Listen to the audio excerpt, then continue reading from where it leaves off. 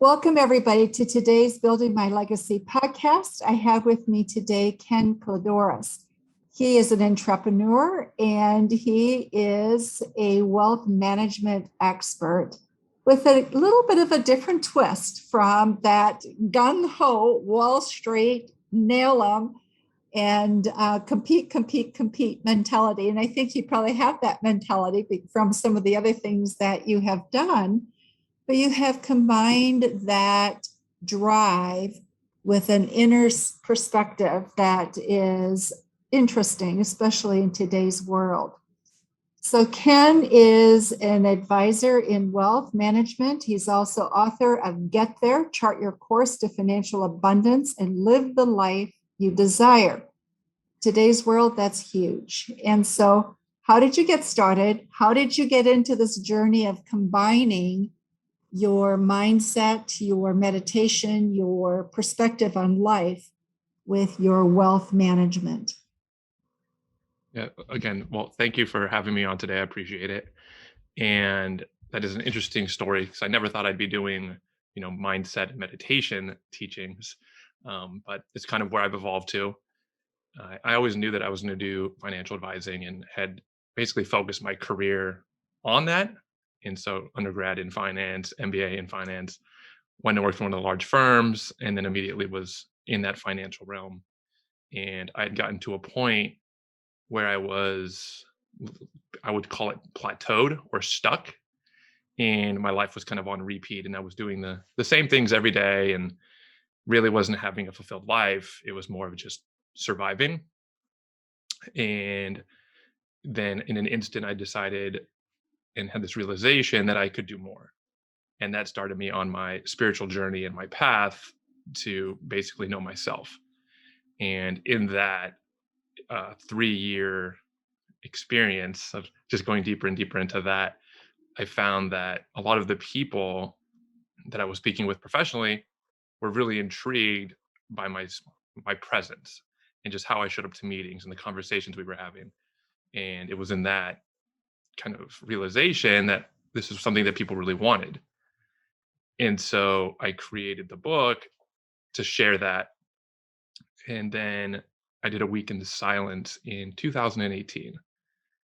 And when I came back from that, literally everybody usually perks up and is like, oh my God, how could you do a week in silence? Like, I don't understand. I have so many questions. And so that created the evolution of the Stillness to Success course, where we, start with learning how to meditate and then go into the vision and planning stages so that people can thrive in life.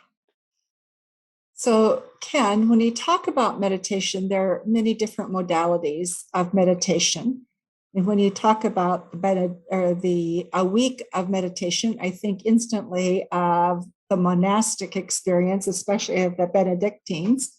I think of Zen. So, what was your perspective, and how did you get so centered that you could spend a week in silence? Yeah, I mean, so the daily practice of meditation, I meditate twice a day for 20 minutes, and that's also what we teach. So after, about a year and a half of meditating every day, I felt pretty centered.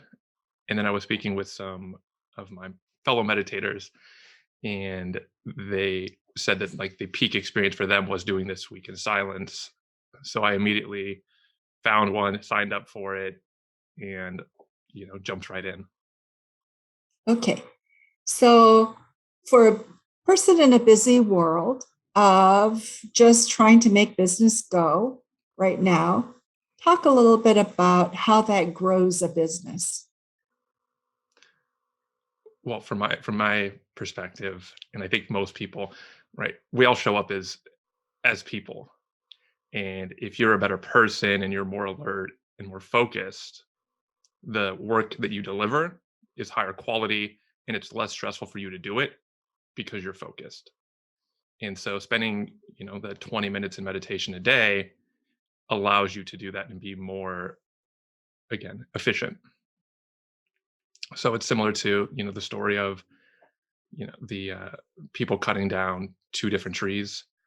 and one person grabs a chainsaw and walks right over to the tree and starts cutting, where the other individual sharpens the blade first. And so while the person is halfway done cutting the tree, he's looking back like, oh my God, there's no way this person could beat me. Like, why is he just sitting there? And then again, with the sharper blade, the second person cuts down the tree faster and has less effort and everything put into it because he has a better tool. Okay. So that makes sense. In today's world, there are so many people who are just concerned in their business. Will I be among those who survive? And not just survive, how do I thrive? And you talk about that. So, what is some of your advice to businesses as they think that through for themselves?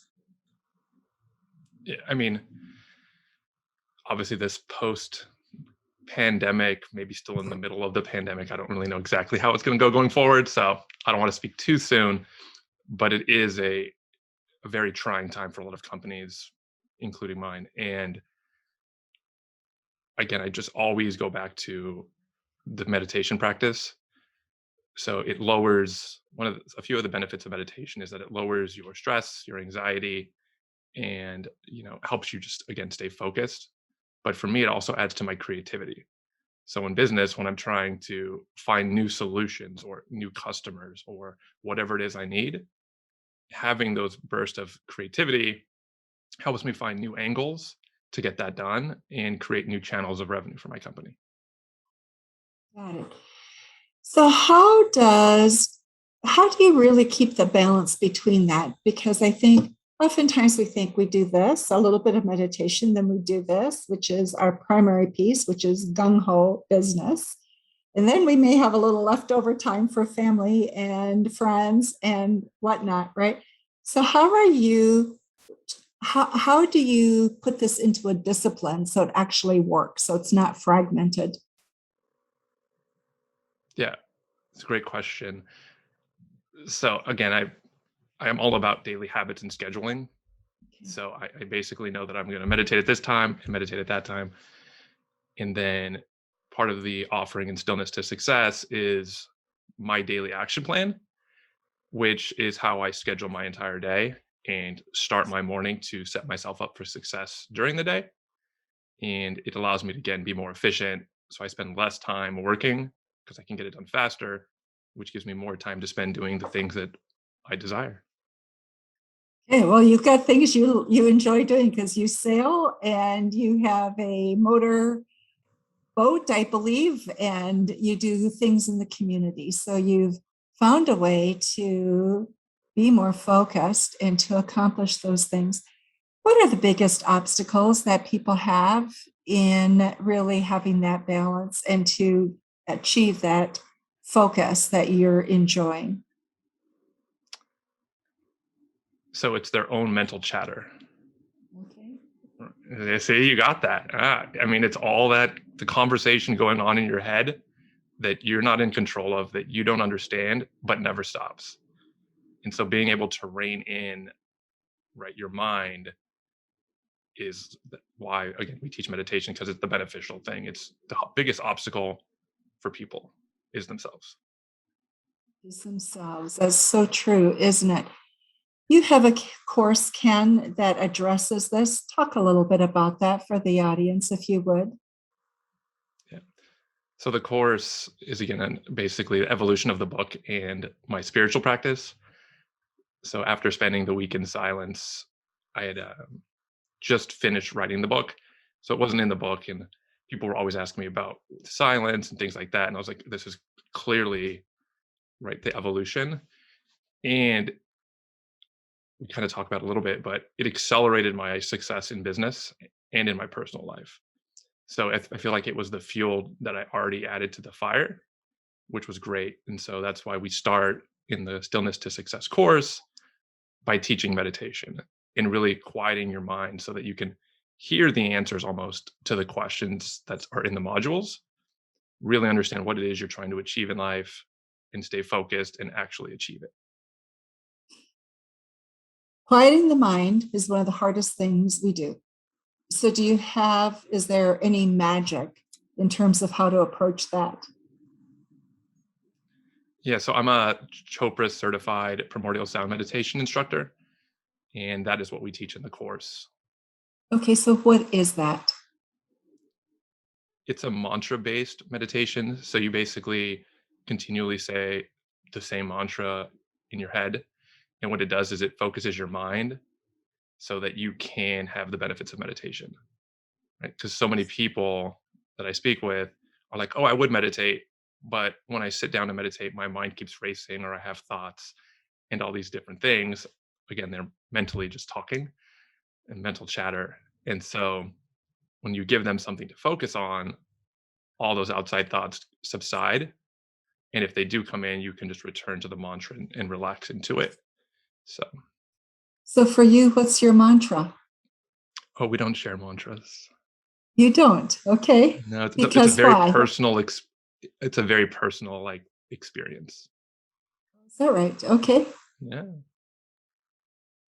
So there isn't sharing, but you use that to quiet your mind. And once you started this, Ken, what happened to your business? Did it remain about the same? Did you see growth? What shifted, if anything? So my entire life changed through meditation, which is like a big thing to say for, again, 20 minutes twice a day. But my business took off. I think it more than doubled in the first year. And I had more free time.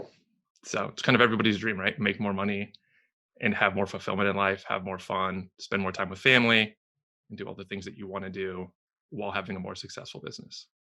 Okay. So, Ken, a lot of people make lists. A lot of people have the focus that comes from building lists.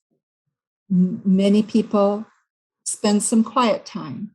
What is it that you're doing that's different that produces results? Because I think people right now are very worried, stressed, afraid. How will we really come out of this pandemic situation and the economic aftermath that may or may not be a part of it? Mhm. So, what's your advice there? How do they do that? So in finance, when we're doing the planning and in my own life, I try to focus on the things I can control because everything else is outside of my control. I can adapt to it and make changes. But at the end of the day, the things that I do will have the biggest result on me.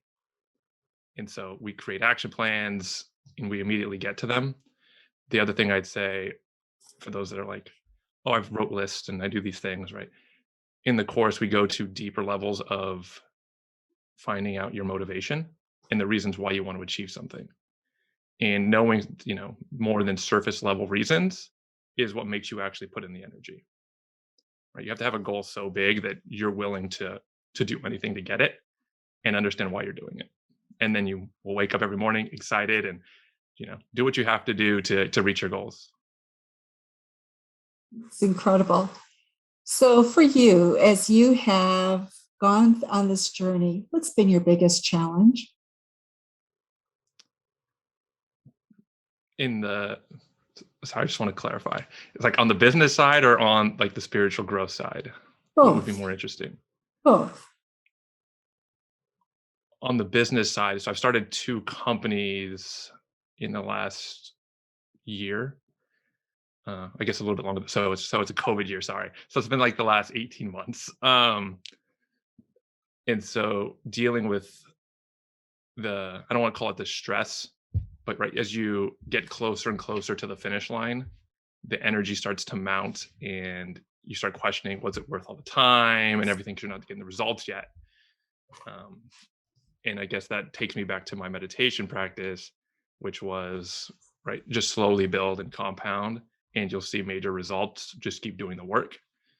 And so that's my biggest hurdle still is not allowing that limiting belief or that naysayer in my head to sometimes creep up and keep talking. Those naysayers are so difficult to manage, aren't they? Yep. And managing our minds is always the hardest because it's an unconscious part of us. The conscious part is the easy part.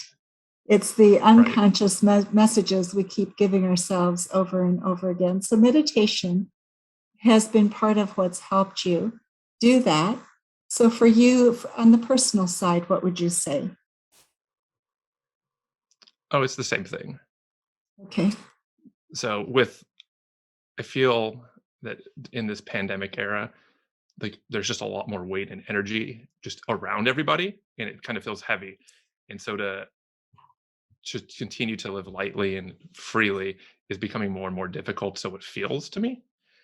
So I feel like I need a reset, which is why I'm jumping into another week of silence to flush everything off and just really recenter so that I can jump into the end of the year and have a successful finish to the year. So let me ask you, do you have a process with goals? We teach always, to measure it. Are you getting there? Have you accomplished this? So with what you're doing with meditation and your financial wealth management, do you have a process for reviewing how is my meditation really serving me and how am I using it to really move my unconscious brain to levels where I can have more exponential growth? I don't measure my meditations. Okay. So, I mean, I think that's making it way too logical. And I know there's a lot of logical people. I mean, obviously, I'm a finance guy, so I get that side too. But meditation is more just how you feel, and it's more the emotional side. You just have to let it be and understand that it's there, and you'll feel the results. I literally was helping somebody go through the course and was training them on their mantra just last week, and he's like, "How's this going to be? What am I going to feel?" I'm like, "Just do it. Like you don't have to worry about all those things. Like it'll naturally occur, just like anything else. Just let it happen." And 2 days later, he was like, "Oh my god, I've had such a productive day. I can't believe this is all I had to do." I'm like, I told you, like, you just got to let it be for a little bit. Just stop trying to control everything and let let it flow, and the focus will come. Got it. So, people who are debating and thinking about this, I'm a little bit afraid. What would you suggest? So I mean, I will just share with you when I was going into my first week of silence, I was a little afraid, right? I was like, "Oh my god, I can't believe a week is a long time. I run a business, I have clients. Like, there's no way I could have no contact with the world for a week." And I did it. So if we're concerned that we can't make 20 minutes for ourselves in a day, I'm sure that we could find 20 minutes to sit down and meditate. So that would be my advice is just find yourself 20 minutes. It's 20 minutes. So and it's going to have profound impact on your life. So, what brings you the biggest joy right now in your life, Ken? So that individual I just shared with you, his text message that I got just a few days ago that was like, "This has changed my life. Thank you so much." That is, one of the biggest things in my life. On the finance side, it's the same thing. I get to retire, or I have the money, or I get to live the lifestyle I want because of the real estate you've done with for me. Those are the types of things where people again get to enjoy themselves and what matters to them, not necessarily anything less than that. Got it. So, for you, what would be a great legacy that you would want to leave? Yeah. So I do have a philanthropic side of the businesses as well, where we donate to Make a Wish and natural causes. So things like Oceana and Sea Shepherds. And that for me is another big driver of impact for me because seeing those change or seeing a kid's life changed for the better is huge. Yes. So one of my legacy plans is to start a foundation so that you know my heirs can continually forever make those changes in people's lives and really help people be more successful and have some inspiration, be inspired to live. Got it. So, Ken, what are things that we have missed that we haven't talked about that you think is important for our audience to know? Yeah, I think we did a really good job covering it. So thank you so much. I mean, we talked about a lot of information here. The only thing I would add is that at the end of the day, everybody's legacy and what they achieve in a day or a lifetime is really up to them. And it's the choices that they make starting today. So I whatever love, anybody's go so ahead. whatever anybody's thinking of doing, right? If you're listening to this, you're like, oh, I really want to name it. Just figure out a way to start moving toward that today and find the smallest action step you can do to start building momentum. Because momentum for me has been a lot and it's been everything because everything compounds, everything builds. So start where you are and you will eventually get there and you will live the life you desire. I love that. Just begin and start where you are. Ken, thank you so much for being with us on Building My Legacy podcast today. And for all of you who are listening to Building My Legacy podcast, thank you for being with us. We will have information about Ken and his book in the show notes. So please feel free to contact him. And thank you again, Ken, for being with us today. Thank you so much. I really enjoyed it. Thank you for watching my video. Don't forget to like, subscribe, and click the bell button above. Leave comments. We'd love to hear what you think. And visit our other social media links as well. Thanks much.